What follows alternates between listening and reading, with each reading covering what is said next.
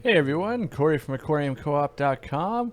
Real Fish Talk, the podcast in action today on the main channel. First time we've brought it to you guys here on the main channel. We've been doing it for a while over on the second channel.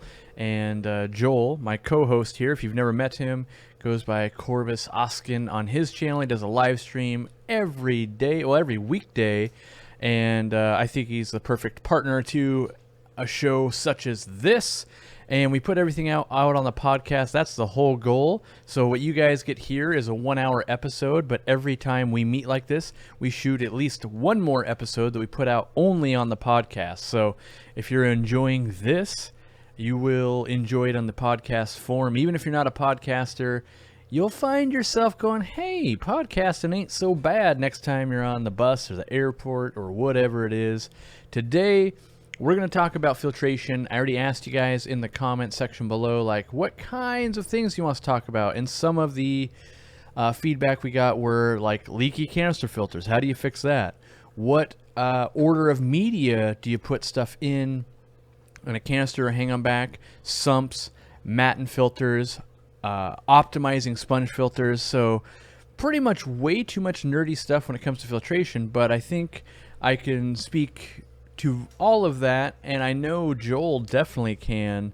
I've spent way too much time trying to, polish a turd, so to speak. I've been in that situation where you got a leaky canister filter, but you don't want to buy a new one, and by golly, I'm going to make this one work, and you put it in a bucket, and it only leaks a little bit, and those types of things.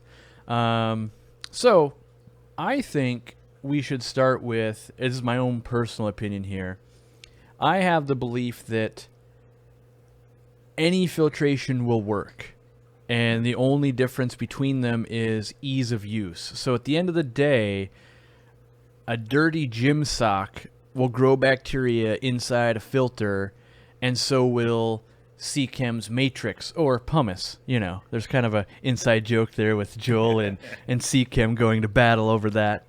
But I think basically we grow bacteria on stuff, and then we need water to go through that stuff, whether we're using air or electricity through a pump or something like that. I mean, how do you explain it, or is that your estimation of like, yeah, make water touch bacteria and we're in the right direction?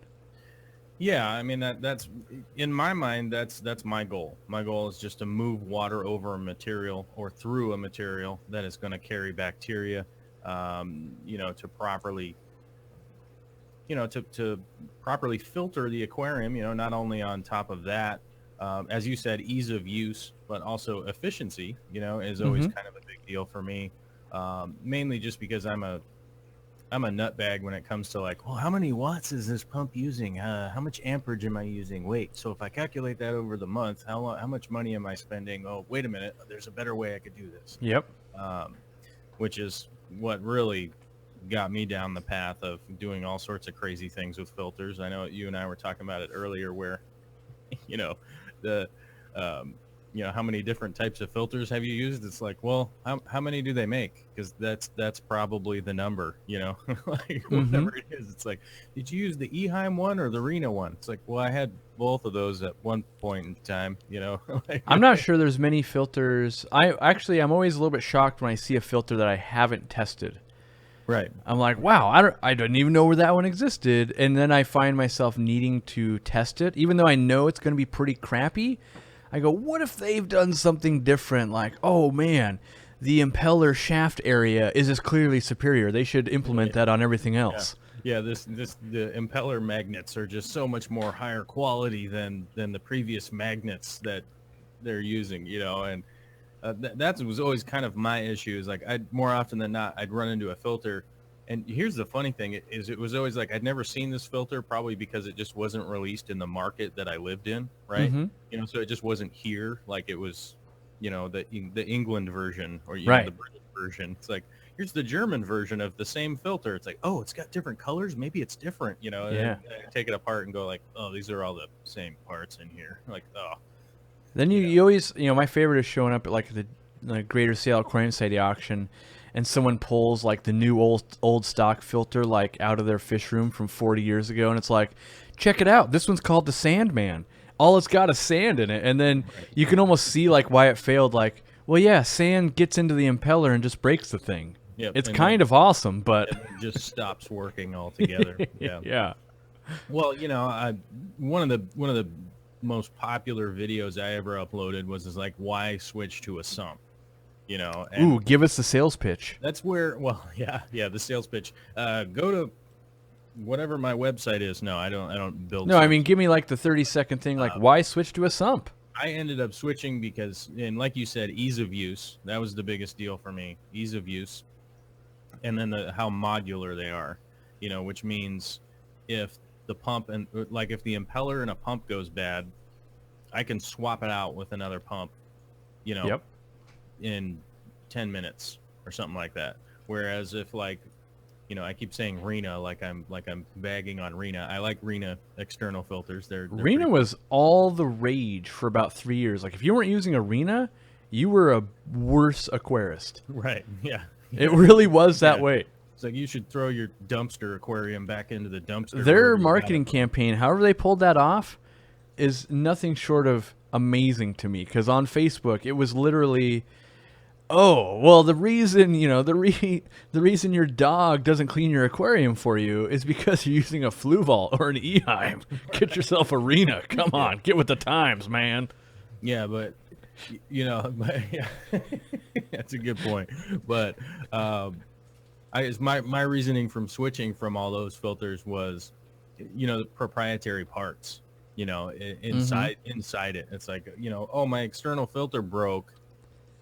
Now I have to order O-rings and a shaft from Ecuador. Like, oh well, we only stock them in Ecuador, so That's my biggest beef with Eheim Yeah, is the it's like- replacement parts. It's going to be $48 to ship it to you, and you're like, how much does it cost? And they're like, oh, it's only $3, but it's $48 to ship it to you Yeah. from our specific And a warehouse 3-week that's- delay, even though your filter's broken now and you have fish. Yeah, and I'm all stressed out because I've got a tank full of something very very specific that I've been breeding and growing, and I'm like pulling my hair out, and then I gotta go, and then ultimately I'd end up just go buying another one of the same filter. Yep. Right. And then I'm like, okay, well that cost $150 or whatever. External filters are all vary in price, but let's just say it was $150 for argument's sake. But then I just went and spent $150 and I got the same thing. It's like I don't have anything better. Whereas, when stuff breaks in my sump, which it does from time to time, pumps will fail. That's just the reality of pumps. They've never created a bulletproof pump in the world. It doesn't matter. Even if you watch, if you watch like that Gold Rush show where they're mining for gold, Yeah. and they've got a $40,000 water pump that moves a whole bunch of water around, it breaks down. So they just, it's something that needs to be maintained and that kind of stuff. But as like, I have like an old Aquarium pump, right? That's my lift pump that I use from my sump. Like that breaks, and I go, oh wait, it's going to cost $80 to fix it. And guess what? It's been like 5 years, and now the $80 pump that I'm going to replace it with actually has a bunch of features that the old one didn't have. Yeah. It's like this one's a DC pump. It uses less power. It moves more water, and it's got a adjuster on it, so I can Kind of like adjust buying the a cell speed. phone this day and age. Like, oh, my cell phone broke. I could buy the exact model I like, or if I put the same $500, I get just a better phone in every single way at this point. Yeah, that was the big breakdown for me. And at the time, for me, this was probably, I don't know, at least 5 or 6 years ago, something like that. I don't know, let's just call it 5 years ago. I was going around and I was looking at a lot of reef tanks, right? Guys that are running $30,000 worth of coral, in one big aquarium. You're just And there you're like, rubbing "Oh my God." elbows, eating cheese and wine. Yeah, it's like I could buy a car. You could buy a brand new car for what these guys are operating. And I would always look at their systems and go, well, how are you filtering here? And every single guy, oh, here's my sump. Check out my crazy sump system. This is great. And I'd go, oh, so you're keeping like 30 grand worth of stuff alive, and this is how you're doing it? Oh, okay. And it seemed to be, even if you go to like your local big aquarium like the Seattle Aquarium, right? You go there, Yeah. they've got giant sumps. They've got giant sumps around. So I was kind of going, okay, well, if I want to get good, if I want to improve my skill set, how am I going to get better? How am I going to get better at filtering? Because that's my ultimate goal, right?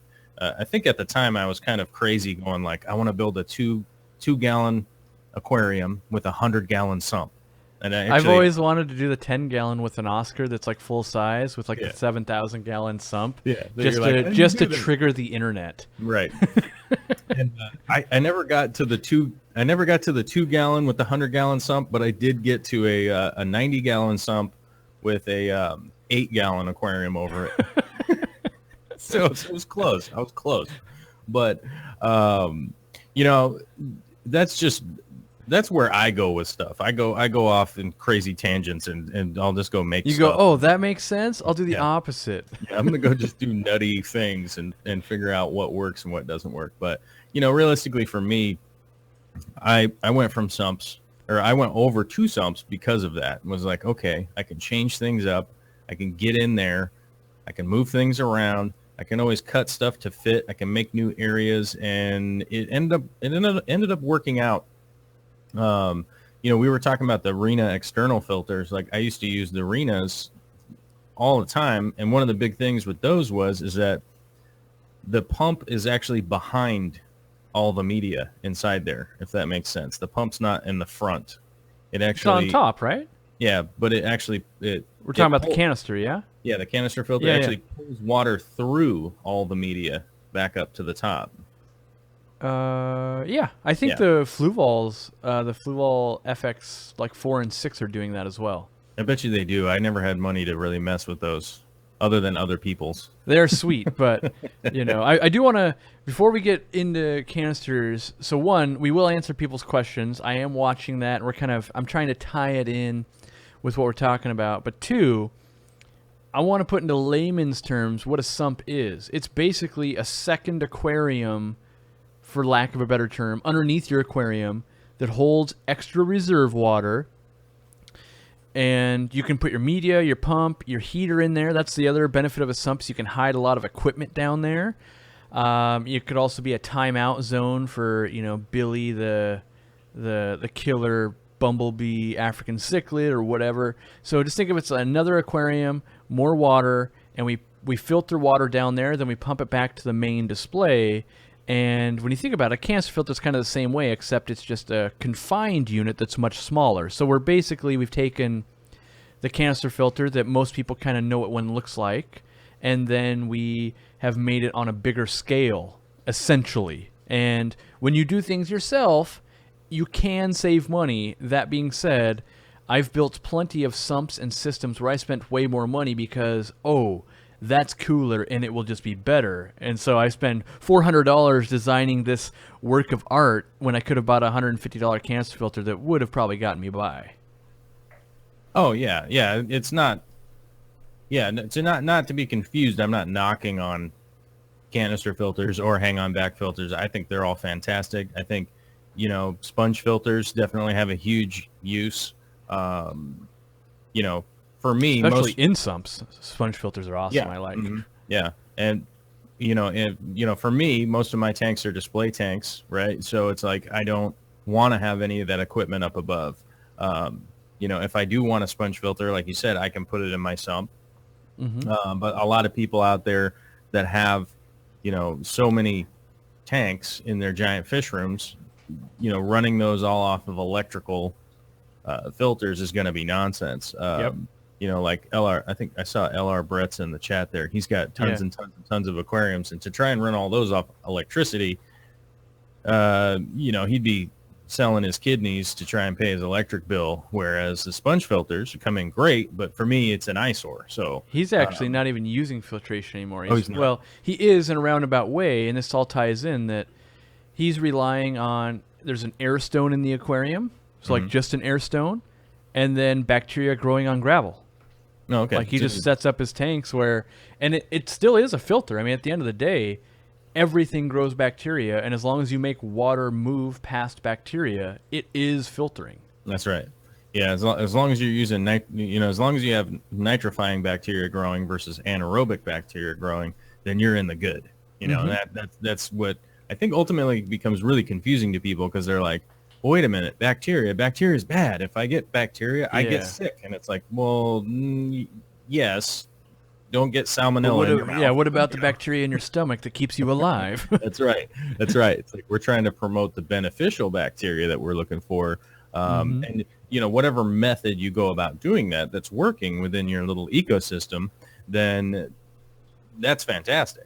And as you said, it's like the last thing you want to do is end up spending $400 when you could have only spent $100, for instance.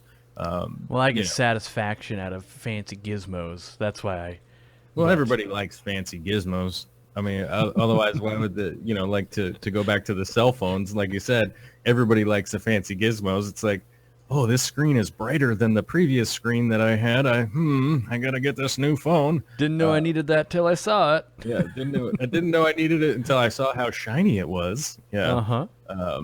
So that's realistically, kind of the personal preference kind of stuff. But, you definitely don't want to overspend if you don't have to. Yeah, do it because you want to do it, not because you're like, my fish will die if I don't do it. Right. What I was bringing up there was just the amount of tanks that he has. Like if he was relying solely on electrical, he'd literally have to re-do infrastructure in the building. Yeah. Not only do you have to rewire the whole house, all that kind of stuff, it's like the bill at the end of the month would be earth shattering. Yeah. So it's like if you're using sponge filters because you have a large breeding project, like you have, like say you have 12 10-gallon tanks all set up, and you're going to breed this shrimp with those shrimp and these shrimp with those shrimp, and you're kind of moving them around, or fish, whatever you're breeding, but your breeding program is in this 12 tanks. Setting up 12 individual filters plus all the heaters and plus all that kind of stuff, it would be nutty. Whereas if you could run one air pump with nice sponge filtration in every single one, you're going to get the nitrifying bacteria that's going to be positive for the little ecosystems you got going on, and in a much more economical way. So I think, we want to touch on some of the questions we've gotten here. When it comes to media in a filter, whether it's Sump, Hang On Back, any of that kind of stuff, how do people figure out what layers they should do?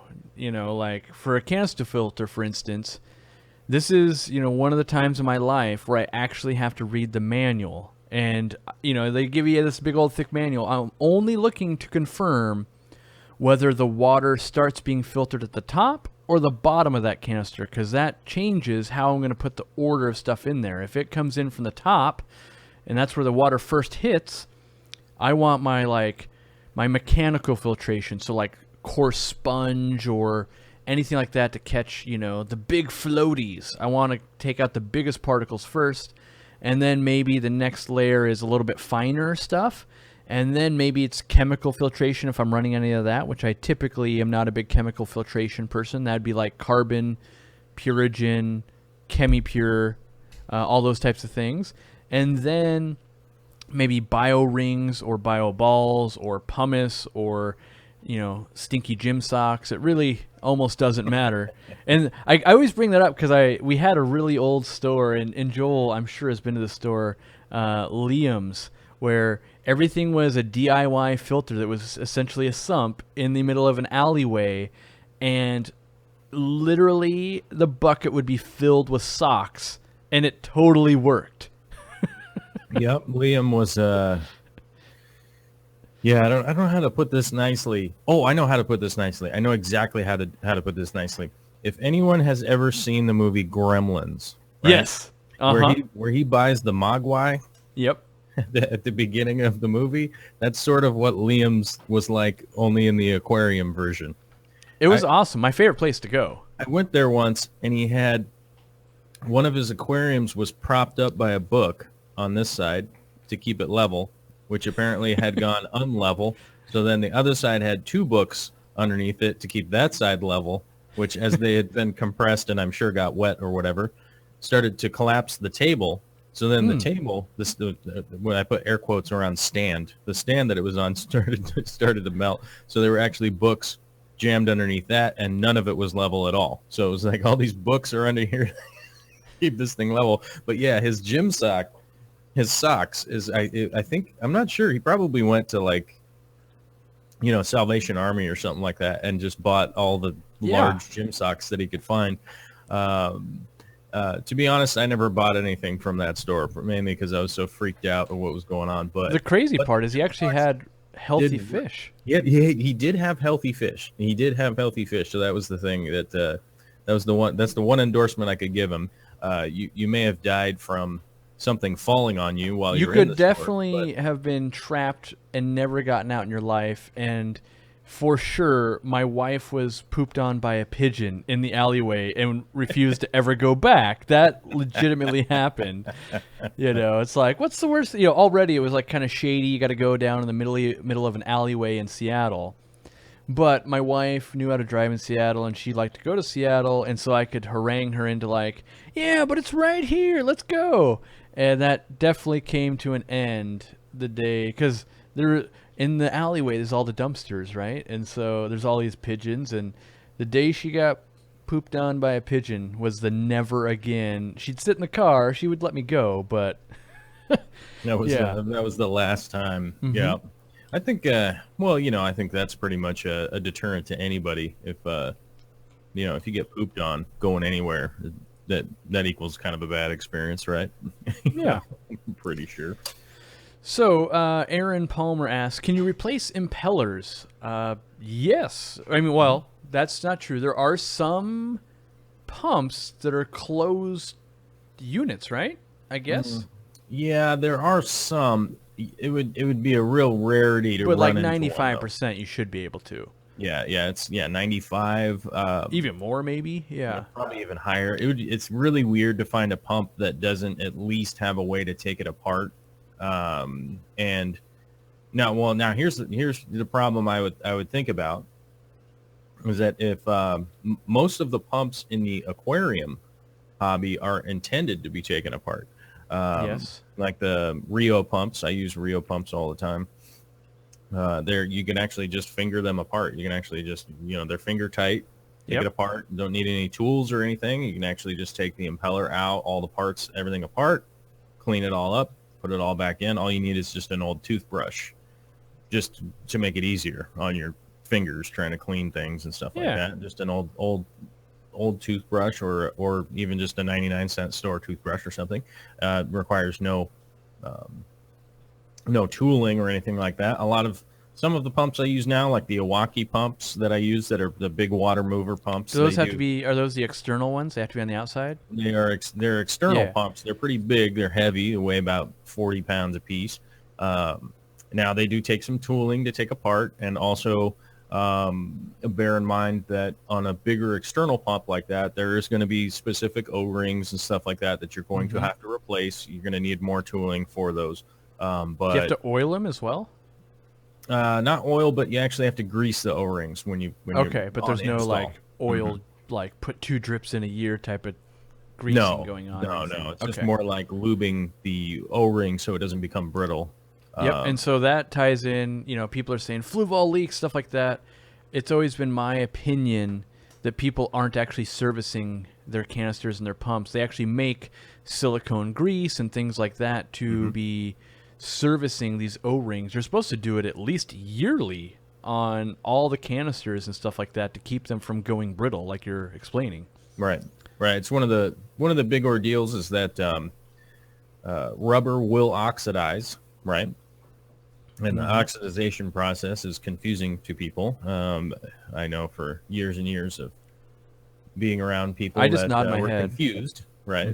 But we do have oxygen in the air. Oxygen is a chemical that does, when they say oxidize, it's basically breaking down the chemical structure of certain things. Rubber is one of them that will oxidize, dry out, and become brittle.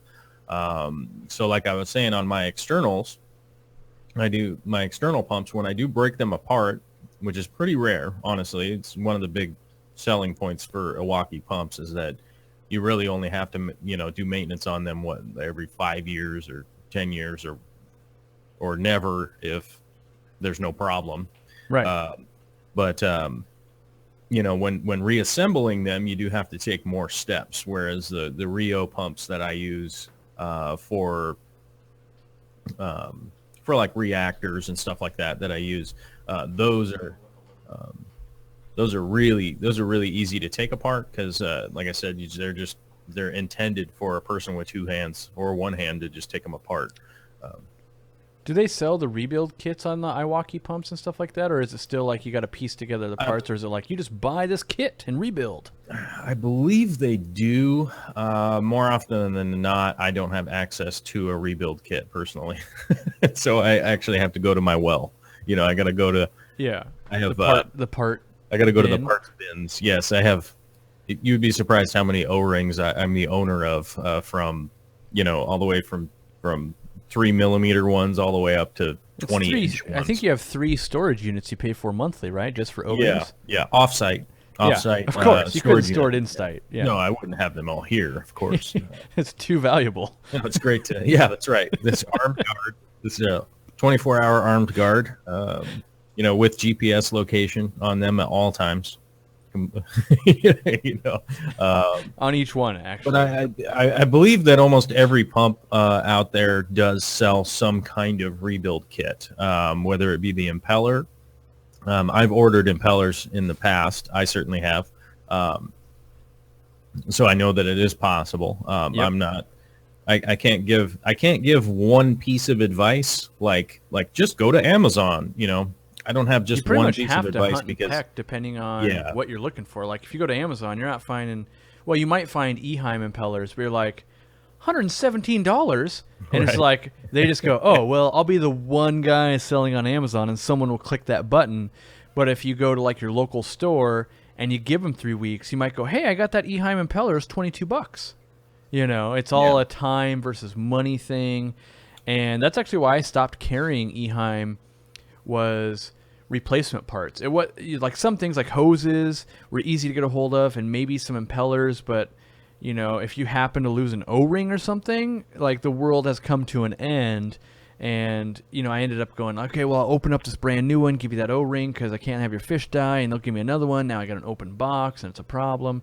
Right. And it's been a chronic problem, so much so that, and this is my estimation when I was working at a store, that Rena, in their heyday, when they were like champions of the world, intentionally underproduced their replacement impellers so that you would buy more actual canister filters. Oh, really? It seems, because for a long time, we could not get them, and basically what we had to do is we would have to like negotiate with the rep, be like, look, we really need some more of these impellers. And they're like, well, yeah, but we're really light on them. We don't have that many. So what we're doing is, if you as a store buy like 12 units, we'll sell you 3 replacement impellers.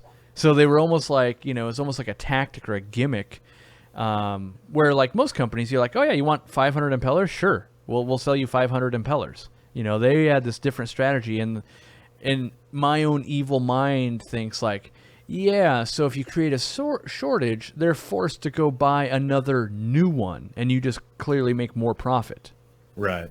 So, well, that's conspiracy theory 101 right there. Yeah, I mean, I definitely, there's other companies that I've had thoughts about in certain products, that type of thing. I want to touch on, someone asked, like, what filter would you go with for these specific tanks? And we got a super chat from Michael Trevino. He wants to make a moving bed filter in his 180. How big should he go? But let's start with the other ones, and we'll come back to that. So, if you were going to filter, well, here's the question. Your choice of filter for a 10-gallon, a 20-gallon, and a 55. If you were setting those up, let's say in your house, not in your fish room, and you were setting them up for your fiance or a girlfriend or whoever, let's say not Joel, who's used every filter on the planet ever and knows them like the back of his hand. Fiance. What? Fiance? Oh, fiance. Fiance. Oh, sorry, I'm just laughing at fiance. Fiance. What would you do for 10, 20, and 55, assuming you weren't, setting it up for Mr. Filtration himself? Oh, what would I do? Yeah, or what would I do, or what hang would on you back do? boy. Well, Yeah. either one. Like I think I go hang on backs on all those personally. If there was a one, You could do different ones for each one. if there was a singular answer, I would with a 10, a 20, and a 55. So let's say, well, I guess, well, I don't know what's necessarily. Well, I don't know. Let me think. Like about I'd what be the half question is, tempted but to do I would a go sponge on a 10. Yeah, that was kind of what I was thinking. Yeah. But then, like, if you had only the one answer, right? If you No, could you only can each one. So if you were setting those 3 up at your house for Vicky, what would you put on each of them? For her to service, not you. Oh. Like, so would you go, oh, yeah, in your 10 you get a sponge, this one you get this, and this one you get a canister? That would also be part of the question that I also got to remember the ease of use for somebody who doesn't have my experience. Because if right? you just tell everyone to put a 500-gallon sump on all their tanks and Right. they don't have that kind of room, that's not really helping them. So I wouldn't want to do a sponge filter in one, a hang on back in one, and a sump on one. That's a good point. Because Vicky would just be like, and not to disparage my spouse or anything, but she would get frustrated at one of them. I know it. I know for a fact. And I know that's not an atypical characteristic. I think most people will go like, well, what am I doing with this other one? You know? Well, out of 3 of them, they're going to have a favorite, and then you're naturally going to go, why aren't the other ones as good as that one? Right. And I would say if there was a 3-tank system like that, I would certainly go hang on back. And then if I had to pick one type, I would go with the AquaClear, because AquaClear, because the 10-gallon one I think is like $20 for that filter. Yep. And it comes with some pre-filter. It comes with some biomedia. I think there's even charcoal in there. Yeah, I think it's carbon, sponge, and bio rings. Yeah, so I would just put the sponge and the bio rings in there and just have her maintain the 2. And then they have a size for each one, and I would want them all to be uniform so she would know how to deal with all of them the same. The AquaClear hang-on backs is where I settled personally with a hang-on back filtration. They're my favorite hang-on back filter. I always recommend them to people. If someone asks me about a hang-on back, I go, just go get an AquaClear. It doesn't get easier as far as hang-on back I like goes. to one-upsize them as well. So if you got the 10, buy the 20. If you got the 20-gallon tank, buy the 30. Mm-hmm. Yep, and it's also super easy to figure out the size on them, because they're really, they're really clear about what. Here, this is for this size tank. And it's like, okay, just buy the one bigger, that's what I always did. The 55, you could get the really big one. What is it, the 110? Maybe they have a bigger one now. I find the 110 is a little bit much depending on the stocking, but the 70 is choice. If you got some really fast-moving fish, the 110, perfect. Or African cichlids, perfect. But you put, like a bunch of gouramis in there that are kind of like, I don't swim that well. That 110, it's kind of a tornado on them. Just brutal, with how much. You can't adjust the speed on them, you know. It's true. And you do have a much bigger media housing. So for me, I would have been tempted, definitely hang on backs, probably on the 10 and the 20, and then maybe a canister on the 55. And this is only from me working in a store. What I usually watch happen is people get all these hang-on backs, and then they hang out on the internet for 6 months, and then they feel inferior and naturally make a jump to a canister filter because the internet tells them it's better. And so I might save them a little bit of money. You need to get a canister filter with fancy lily pipes, glass lily pipes and stuff like that. Yeah. And so when you're looking at, let's say, an AquaClear 70 that's $60 or something, or a canister filter that's $150, if they're going to make that transition to the canister anyway, you can save them $60 essentially.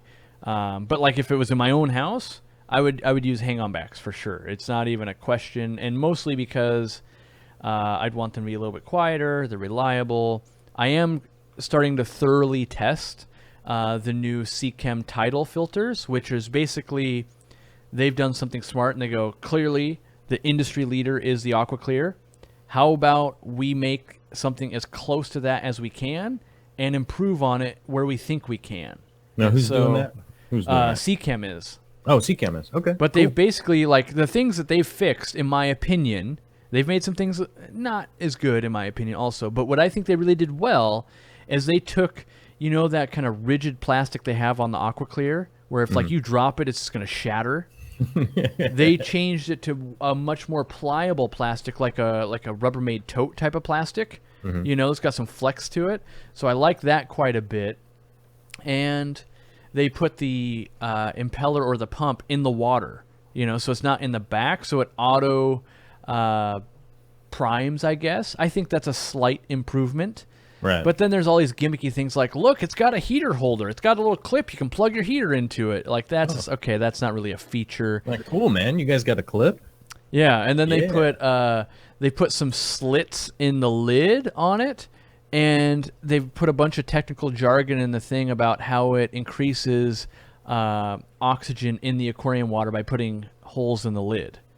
Not to mention, like, the entire front is open and water's turning through there and air's going anyway. Right. But those lid, you know, and really they're trying to explain, you know, I wish they just said, we put holes in the lid so that condensation doesn't build up and it falls onto your ground when you take the lid off. Like, that's really what they needed to say. But instead, it's like, no. This is making it way better. And I'm like, well, I don't know about that. It's increased oxygenation for the health of your fish. And you're like, yeah. Are you sure, bro? And the other thing I think they are doing right, the good thing is, but with their copy and design, it literally is sponge, carbon bioring. So like they've done the same, you know, media kit, which is the best part AquaClear ever did.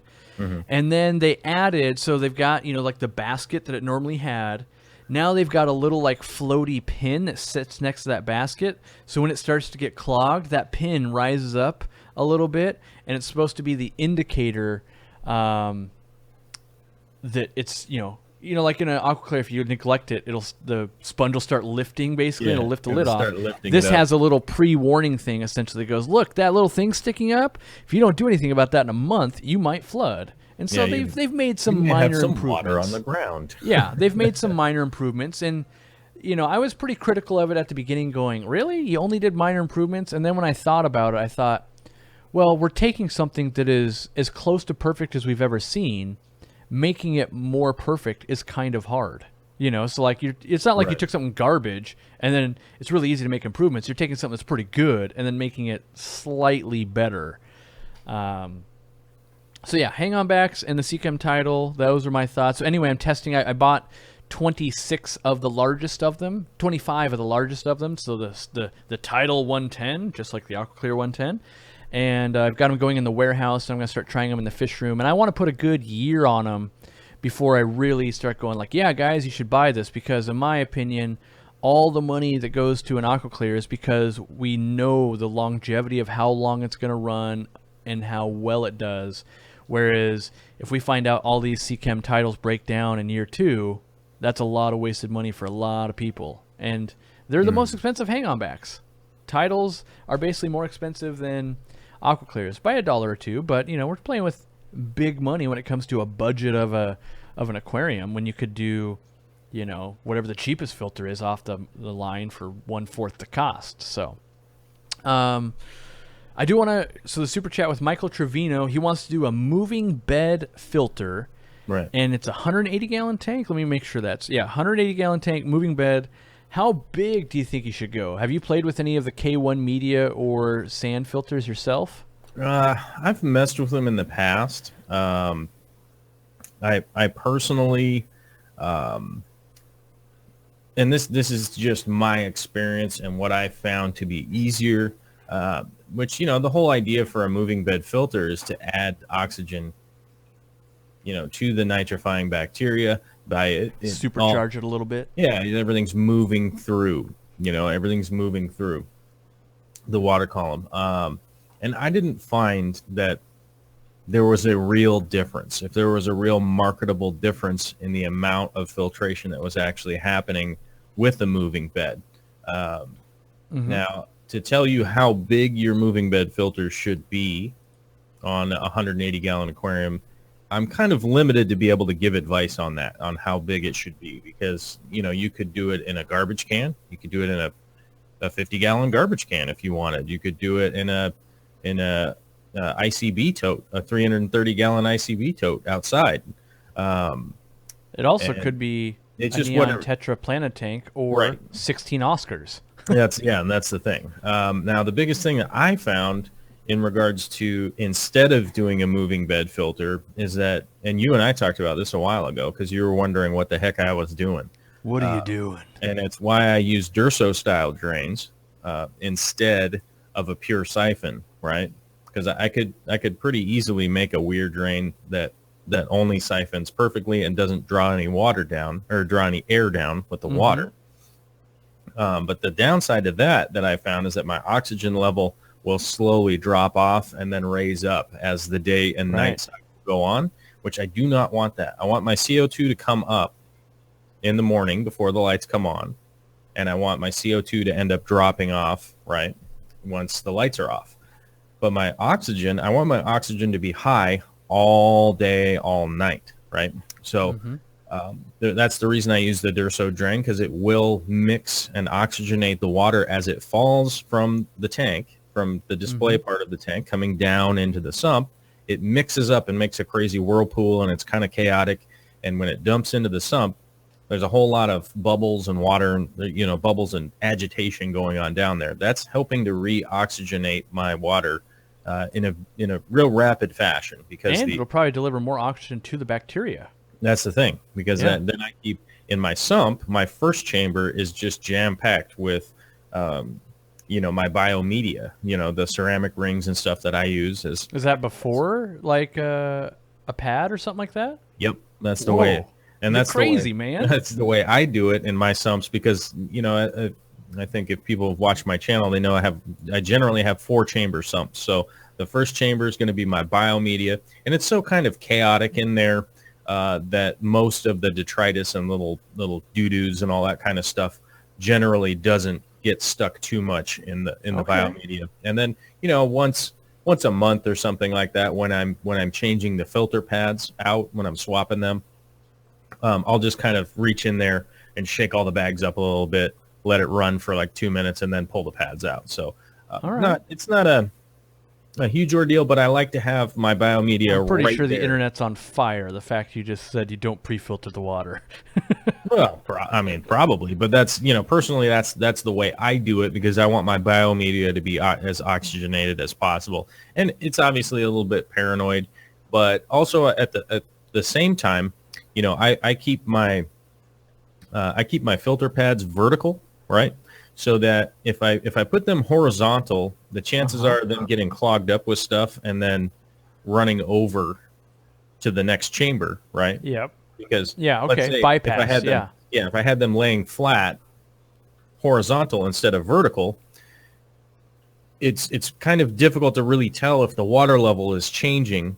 Good point. Because there's so much agitation going on in there that you'd kind of like look at it and go, yeah, it looks about the same as 2 weeks ago. Okay. But if I keep them in that vertical position, I can actually just put a piece of tape on there, right? So a piece of little reference tape.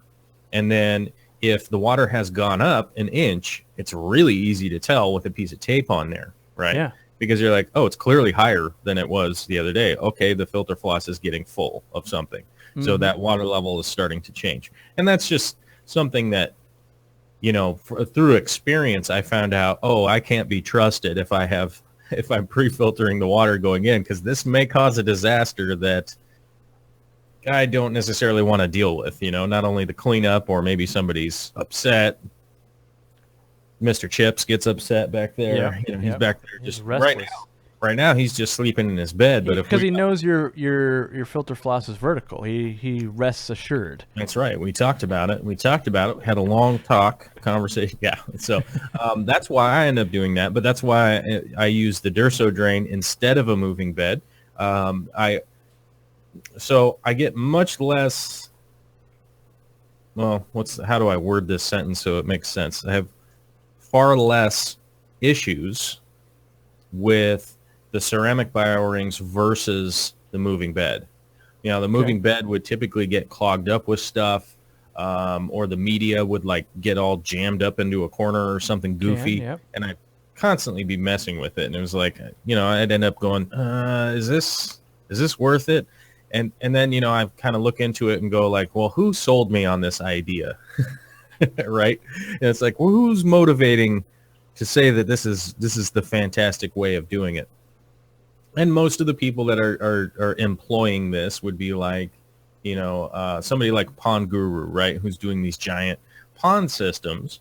With and infinite air and stuff like that. Right. Yeah. So you have like this infinite air. It's also a much larger system.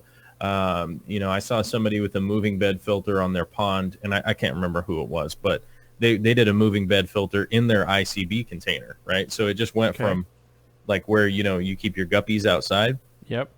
Those breeder ponds you have, that like one of those was their moving bed filter, and then it went to the next one and the next one and the next one, like in a row. Like one was the polish container, one was the moving bed container, one was a BioRing container, and it just kept going. So with the limited amount of space that, even though I have like, on my 240 gallon, I still have a lot of space underneath there.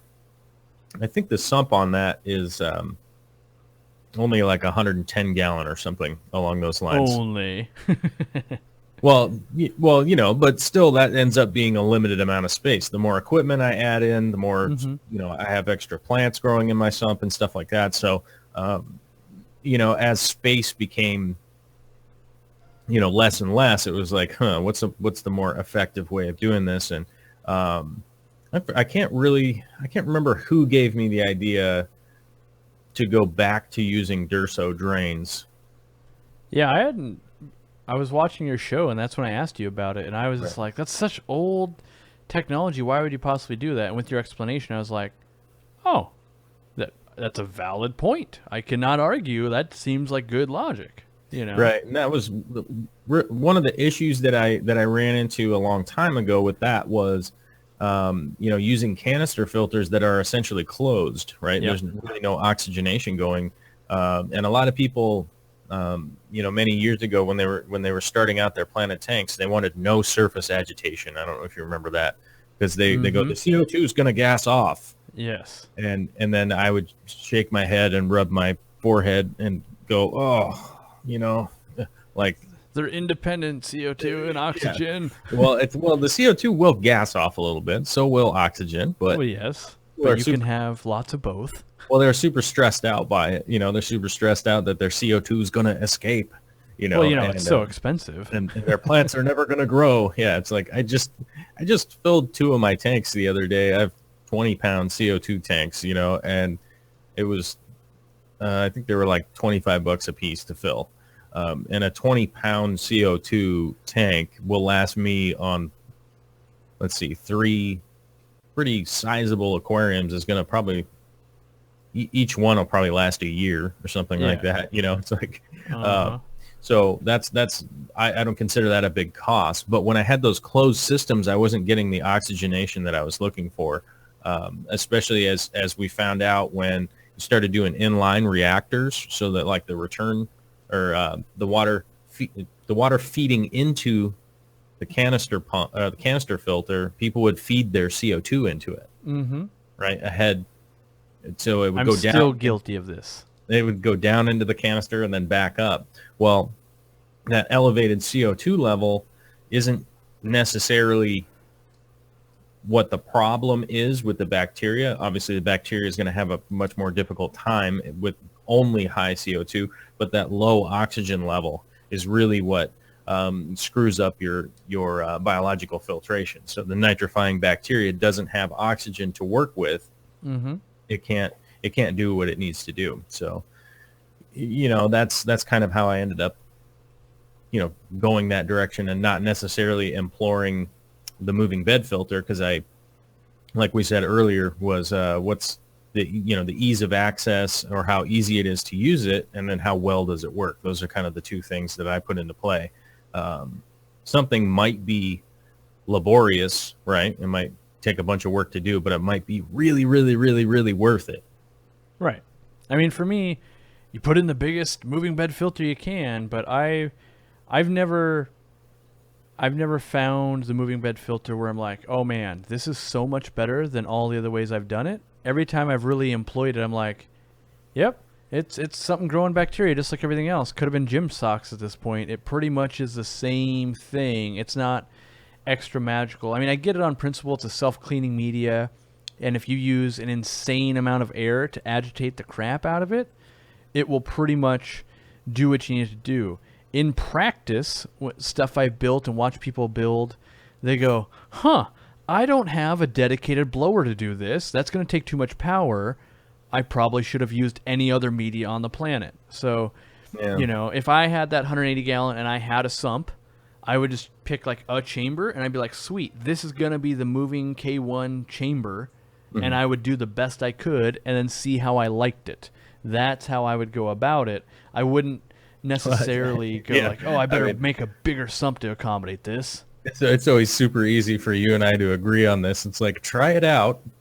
And if it doesn't work, stop doing that. It's like, you're an experienced guy. I'm an experienced guy. It's like, let's see how this works. And then if it doesn't, then we'll stop. Or if it does, for me, when I was running them, it was great. They stayed clean. It's just I then noticed I was missing the filtration the mechanical filtration that bio rings and other stuff would do. Like, it filters out some of the fines, and moving bed just wouldn't do that at all. And then I'm like, wait, my water, like, I probably have more biological capacity, but I have less mechanical capacity. And so I was trading one for the other. And when you set it up and you spend all this money, you're thinking, I'm just strictly making my system better.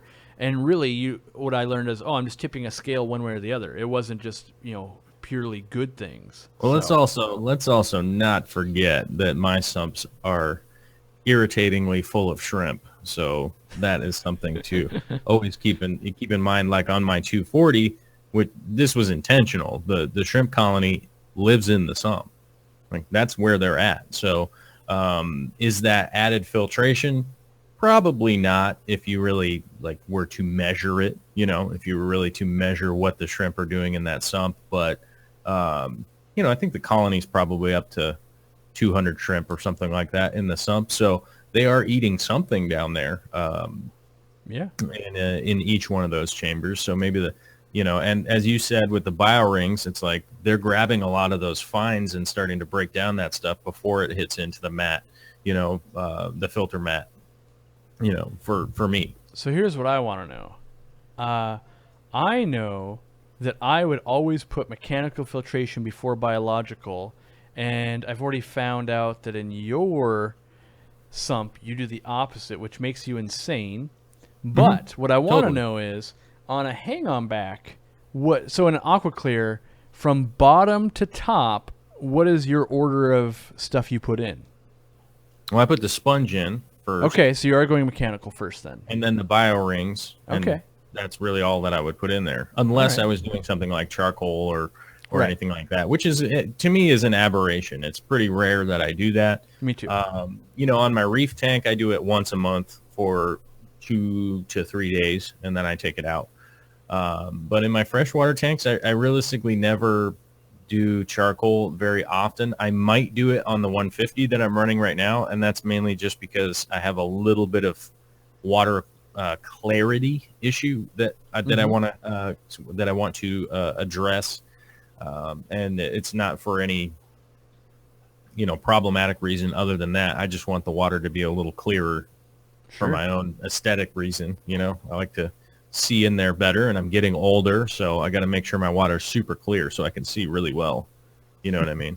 So it's simply for that. But yeah, I would always put the on those aqua clear. I love those aqua clears, by the way. Those are my favorite hang on back filter. Last time I sold them off, I think I had I owned like 16 of them or something like that, and I was like, I gotta because I was getting rid of all those small tanks and stuff that I used to take care of. So I ended up just, hey, who wants these? It's like, here, give me $50 or something, whatever. Nice.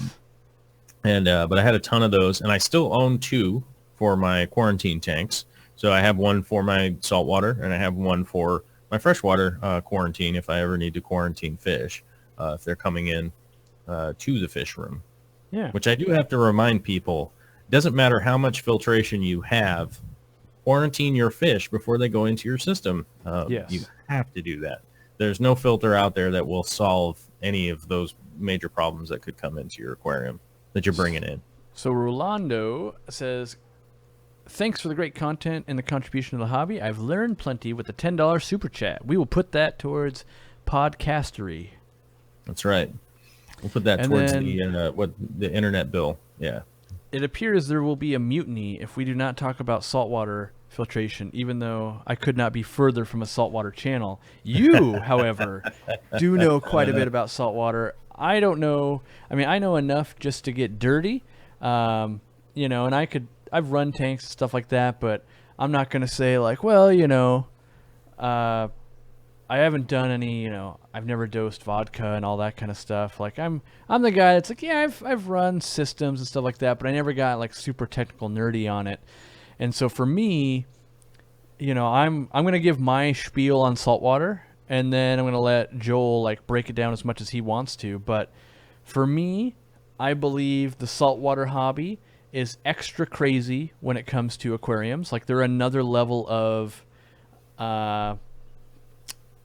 particular.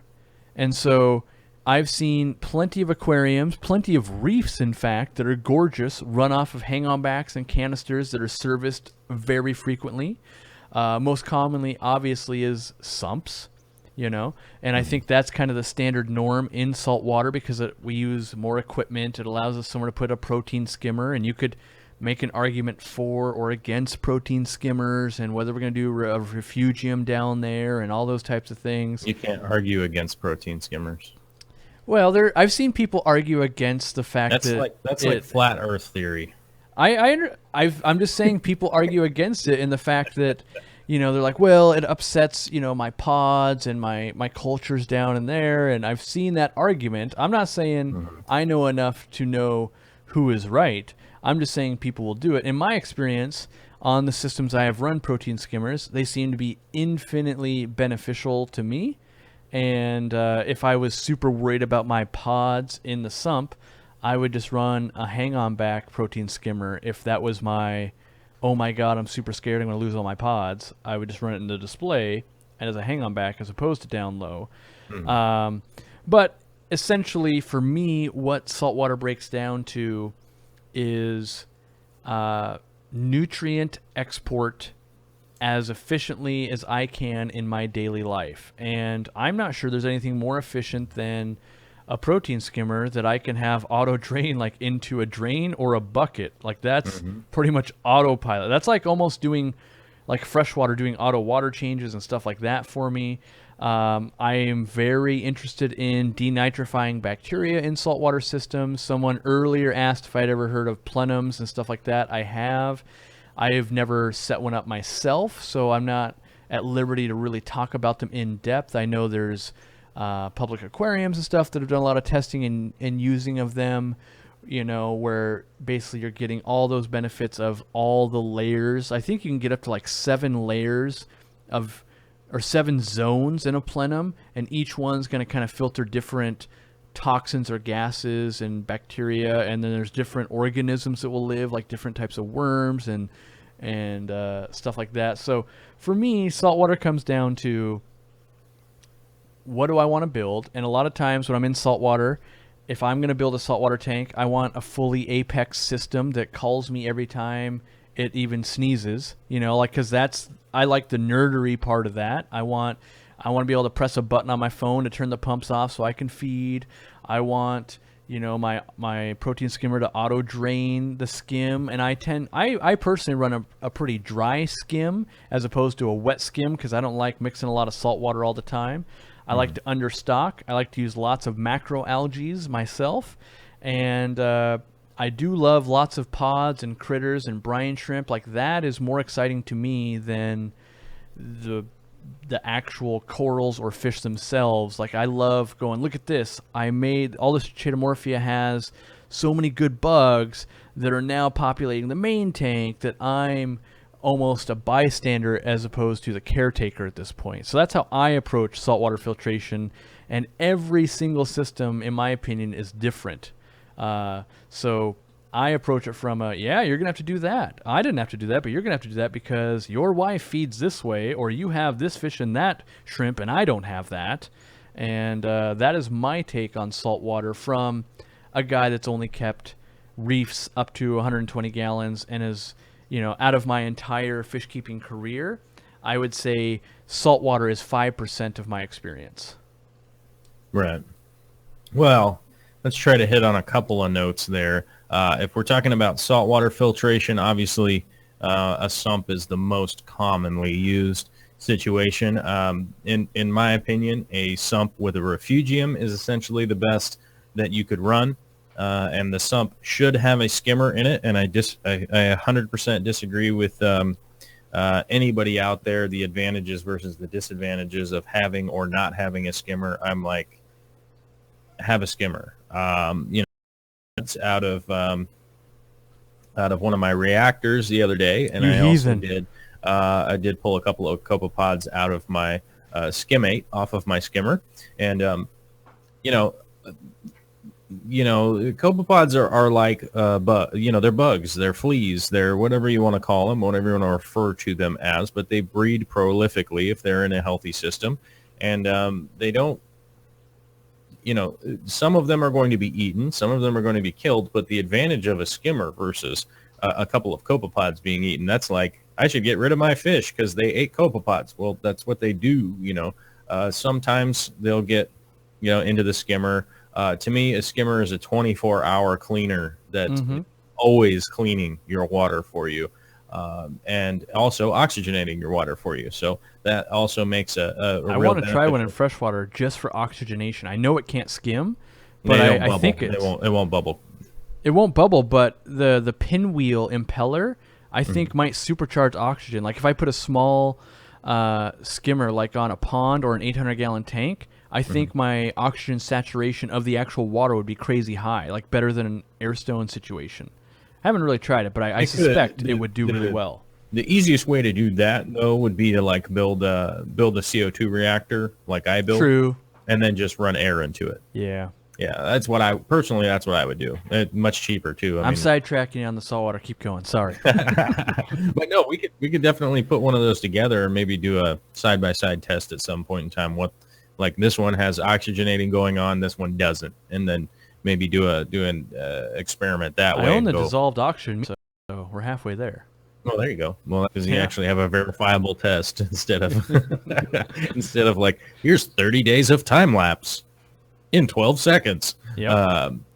So yeah, I mean, I use a refugium. I use a lot of macroalgae. I use a lot of supplemental rock in my sumps and stuff along those lines. Nothing too crazy. I am slowly working my way into not doing water changes anymore on my reef. That's my long-term goal, to still have a healthy system, have my all of my levels be correct over time by using a refugium and that kind of stuff. So, but the space is going to be your enemy. Almost every person out there, space and money is going to be your enemy. And if there was the one piece of equipment that I would say you have to get would be a skimmer for a reef aquarium of some kind. I've seen very unique methods in the past of doing very, very small saltwater aquariums, like desktop ones, where they're able to maintain doing with just hang-on back filtration, and a refugium. But if you're talking about a 55-gallon, 100-gallon, something up in the range, definitely get a sump and put a skimmer in it. It's going to save so many headaches. All right. Well, we've got a couple of super chats. We're going to wrap this up because we're over the hour mark. We've got River Life with better than being in a front row of your favorite concert. You guys rock. Last leg of the victory lap for his channel. He's hitting 100 subs. $10 super chat. So good luck, buddy. The road is long and hard. At 100, it's a big milestone. And, kind of keep focus on the prize. It's really easy to get discouraged. The road is long. You know that one? You know that song? I don't. Oh. And many a winding. That's a good one. And then we've got a $5 super chat from Arsenal of Color. We're going to touch on this one quickly because it's a super chat, and then we're going to wrap the shindig up. How do you both feel about deep sand beds for freshwater and saltwater? Pros, cons, pitfalls to watch for. For freshwater, I'll do freshwater. You do saltwater. How about that? Mm-hmm. For freshwater, I I think they're a good thing, So if you can do it right and get at least 4 inches so you can actually separate out and create the limited oxygen environment you need for the anaerobic bacteria, it can be useful. That being said, in freshwater, so many of the animals we are keeping eventually will dig, or if you disturb it with a plant or any other way, you're going to disrupt it. And it takes like 6 months at least to establish that. And so as freshwater people, we're kind of gravel vackers and we're tinkers and we move stuff around and then we get a new fish. And then you go, well, I didn't know that Crebensis was going to dig to the bottom of the aquarium. Like normally I'd never had him dig before. And so, yeah, if you had it in a sump, it's a much easier thing to control because you go, hey, I'm not going to put fish down there. I'll never disturb it. It'll probably be fine. In your display tank, I find most people don't have the patience. And then if you can keep your freshwater tank for 6 months without one anyway, you probably didn't need one. So I think they're best suited for someone that, like me, which I'm a weird guy, and I can set up an aquarium and not put anything in it for like a year because I set up like 50 at a time. So at that point, if I was to have a bunch of deep sand beds already ready to rock and roll, and I put rainbow fish in there, and it was like I was thinking about it ahead of time, makes a lot of sense for your average maybe person watching right now. Maybe it's not the best idea, but if you're a tinkerer, you got a whole fish room with tanks, I definitely think you should try one and give it like a year and then observe the results and be like, hey, this thing is extra magical. I want to do it all the time. Or you're going to go, yeah, I guess it's a thing, but back to all my other tanks that work just as well. So, yeah, for me personally, you pretty much summed it up right there. Yep, it's a thing. The upsides, the downsides, I never could necessarily get it to work properly in my reef tank. Though I understand the mechanics, I understand how it's supposed to work. I know how to follow through on it. Then I just kind of go, okay, wait a minute here. Let me add up the benefits. Let me add up, or let me add up the detractions, right? And I definitely came up eventually to the conclusion of, yeah, it's a thing. I would be in a reef tank. I would almost be encouraged to do a deep sand bed if I was going to be doing some mangrove trees and things along those natures, like growing in my sump. And it would be more important for those than it would be necessarily for the filtration aspect of it, of the anaerobic bacteria. I'm always kind of freaked out by anaerobic bacteria because the real negative that you could get from it, like you said, something disturbs it, something gets in it, something digs in it. I mean, there's so many ways that it could get disturbed that's where my kind of reticence steps in, where I go, yeah, wait a minute, the benefit here might not outweigh the downside, And that's probably the best point, is that there is benefit, but is it worth the trouble? That's, I think, the unknown for me. That I'm going, probably not. Yeah. It doesn't allow me to do anything I couldn't already do. I think that's what I come down to, of like, it doesn't change the way I keep fish, so maybe it's not worth the effort. Yeah, that's the big thing. It's not the bridge from here to there. Like, I've got to have one to do something. And you realistically don't. And that's kind of why I stay away from the deep sand beds and all that kind of stuff, because it's not supplying me with something that I really, really need, Yeah. All right, well, last super chat from Deathshot HD. Figured out how to do the super chat for $2. Thank you, buddy. We appreciate it. This has been the Real Fish Talk podcast. If you guys haven't already, I strongly encourage you to hit that subscribe button on iTunes, because something like this is going to come out there, and you can listen to us while you're at work, at the gym, on an airplane, mowing your lawn, walking the chinchilla, any of those. Mowing my lawn. Yeah, you could mow. In fact, yes, if we'll do it real time. You come and mow my lawn, I'll just talk at you.